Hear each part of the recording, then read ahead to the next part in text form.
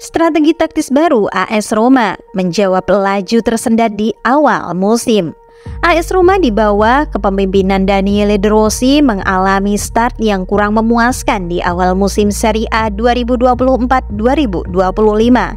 Meskipun memiliki sejumlah pemain berbakat, hasil di 3 laga pertama menunjukkan adanya tantangan bagi Giallorossi dalam mencetak gol dan mempertahankan stabilitas di lini belakang. Dengan hanya mengamankan 1 poin, De Rossi kini berupaya melakukan penyesuaian taktik yang signifikan untuk memperbaiki performa tim. Salah satunya dengan menempatkan Paulo Dybala sebagai false nine.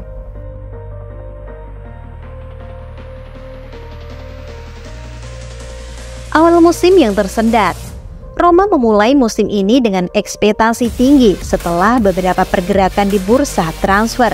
Namun ketidakhadiran beberapa pemain kunci dan adaptasi pemain baru seperti Artem Dovbyk membuat perjalanan mereka tidak berjalan mulus. Hasil minor di beberapa pertandingan awal menunjukkan bahwa serangan Roma seringkali kurang efektif, sementara pertahanan tampak rapuh di bawah tekanan. Dengan cedera Dovbyk yang memaksanya absen dalam laga internasional dan menurunnya performa di beberapa pertandingan awal, De Rossi perlu merombak strategi untuk menciptakan dinamika baru di lini depan. Dalam situasi ini, perubahan peran Paulo Dybala sebagai false nine menjadi pusat perhatian. Taktik false nine, solusi untuk lini depan. Keputusan menempatkan Paulo Dybala sebagai false nine dalam laga mendatang melawan Genoa adalah bagian dari strategi De Rossi untuk memberikan variasi serangan. Dalam sistem false nine, seorang pemain yang secara tradisional ditempatkan sebagai penyerang tengah akan bermain lebih dalam, membuka ruang bagi pemain sayap atau gelandang serang untuk menyerang dari belakang. Hal ini bisa sangat efektif dalam memecah pertahanan lawan yang rapat, dengan harapan para bek lawan akan tertarik ke posisi Dybala yang lebih dalam, menciptakan ruang bagi pemain seperti Mattia Sole dan Lorenzo Pellegrini untuk masuk ke area berbahaya. Dybala yang memiliki kemampuan dribble dan visi luar biasa diharapkan bisa memanfaatkan peran ini dengan baik. Dengan pengalaman mencetak gol di momen penting seperti gol perdananya musim ini saat membela Argentina, La Joya siap mengambil alih tanggung jawab sebagai pusat serangan Roma. Fleksibilitas Dybala memungkinkan De Rossi untuk memainkan formasi yang lebih dinamis seperti 3-4-2-1, di mana Dybala dapat bergerak bebas, meninggalkan bek lawan kebingungan. Peran baru pemain dan formasi taktis. Selain Dybala, pemain-pemain seperti Mattia Sole dan Alexis Saelemaekers juga memberikan warna baru bagi Roma.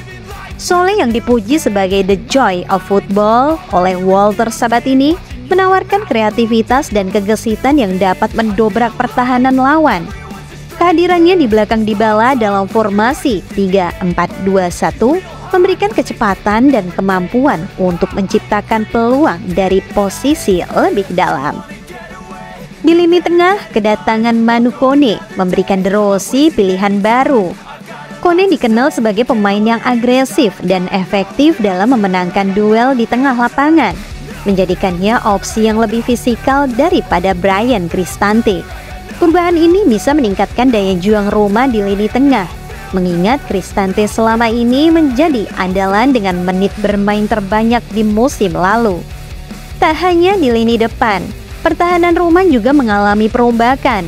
Mario Hermoso, bek yang baru didatangkan, diproyeksikan untuk membawa stabilitas di lini belakang.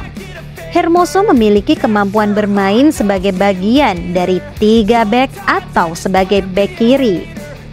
Fleksibilitasnya ini memungkinkan De Rossi untuk bereksperimen dengan formasi 3 bek yang bisa memberi Roma keseimbangan lebih baik antara menyerang dan bertahan.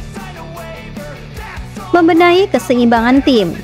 Keseimbangan antara menyerang dan bertahan menjadi fokus utama De Rossi. Dengan kedalaman skuad yang semakin kuat, Roma kini memiliki opsi untuk lebih dinamis dalam penyesuaian taktik. Meskipun lini serang masih perlu menemukan ritme yang konsisten, pertahanan juga perlu ditingkatkan untuk menghindari kebobolan di momen-momen krusial. Kedatangan pemain seperti Mats Hummels yang membawa pengalaman dan karisma diharapkan bisa memberikan kepemimpinan di lini belakang, terutama dalam situasi bola mati. Di sisi lain, pemain-pemain muda seperti Enzo Levi yang baru pulih dari cedera juga bisa menawarkan energi baru di lini tengah, menggantikan Cristante yang perannya semakin terancam. Ekspektasi tinggi, taktik yang lebih cerdas. Ekspektasi tinggi dari fans Roma terus membayangi De Rossi. Namun dengan penyesuaian taktik yang lebih cerdas, potensi skuad ini tetap besar. Menggabungkan kemampuan Dybala di posisi false nine dengan para pemain kreatif di sekitarnya dapat membuka potensi serangan yang lebih cair dan tak terduga. Tantangan bagi De Rossi adalah menemukan keseimbangan antara fleksibilitas taktik dan stabilitas tim. Dengan menghadapi Genoa pada 15 September mendatang, Roma harus tampil lebih baik jika ingin memperbaiki posisi mereka di klasemen dan menjaga ambisi untuk bersaing di papan atas Serie A. Bagaimana menurut kalian tantangan perubahan taktik ini? Apakah Dybala sebagai false nine bisa menjadi solusi? Tulis pendapatmu di komentar dan jangan lupa untuk like dan subscribe Tridente TV.